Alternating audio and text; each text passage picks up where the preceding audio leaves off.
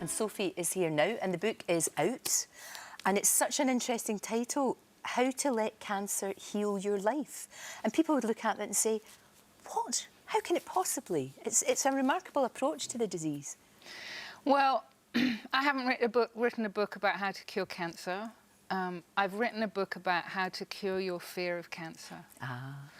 And to change your relationship with cancer, because it's spoken about as a battle and a war zone. And actually, for me, that put me at war with my own body at a time when I needed to make peace with my body.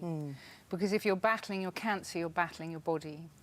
And I wanted to take cancer by the hand and say, what have you got to teach me about how I'm living my life, what I need to change in my life? And I think it can be a very transformational experience. That's remarkable. It's a remarkable way to look at it. And actually kind of puts you back in control.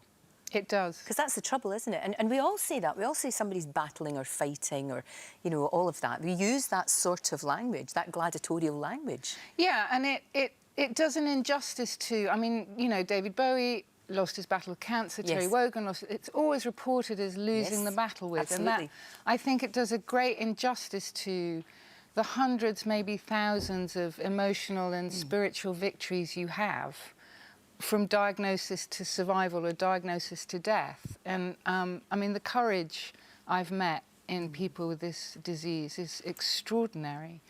And the spirit that you meet in people. And also, it doesn't just affect you. It affects, as we saw, you've got a little girl. I do. It affects everybody. The ripples of this go out to absolutely everyone, don't they? That's the thing too. And that's why this book can help them. It's to help them too. It's to help... Well, it's to help the patient and it's to help their families. Yeah. So when I was diagnosed, I nearly died of shock. I was blindsided. And I seriously nearly died of just fear. Right. And I was handed leaflets at that time about what to expect from chemotherapy, the side effects of radiotherapy, how to apply for blue badge parking. I mean, but no one handed me a leaflet about how to deal with my terror, my grief, my hopelessness, my despair. No one handed me a leaflet about how to stay a human being in a system that treats you like an illness.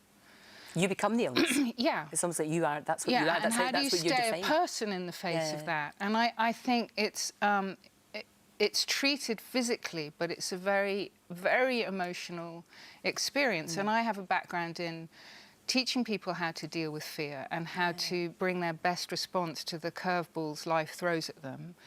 And I'm good at writing, so it seemed rude not to write a book about it. And in a way, that's the leaflet I wish I'd had.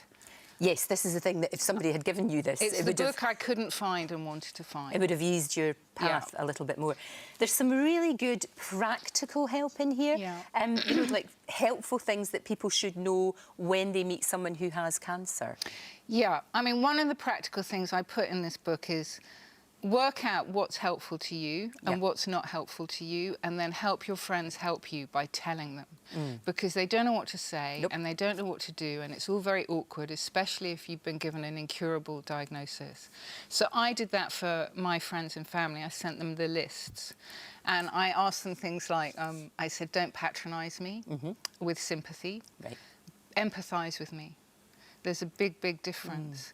I said to them things like, don't regale me with cancer stories. It is amazing when you tell someone you have cancer.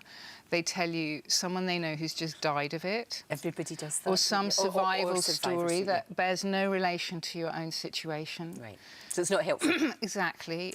Things like, remember my husband. Don't put all the attention on me.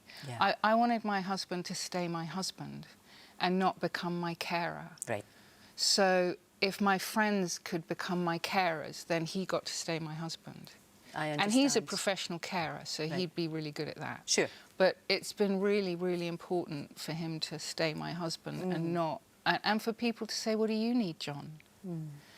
So there are lots of tips about... No, that's what's so good about this in here. And you look remarkably well. You feel well? I feel remarkably well. It's incredible. I feel weller than I've ever felt. Yeah, you're living with it. I'm living with it. I mean, when I was diagnosed, I had tumours in my... I was riddled. Lungs, bones, spine, lymph nodes, more in my brain than they could count. And now I have one small tumour in my lung. That's amazing, absolutely amazing. Sophie, it's a brilliant book. It's out now? It's out now. Out now. It's called The Cancer Whisperer. Anybody, obviously, who's living with cancer, and it affects us all, doesn't it, in some way or another? It really does. This is invaluable. Thank you so much. Thank you for having me on. Great to see you. Thank you.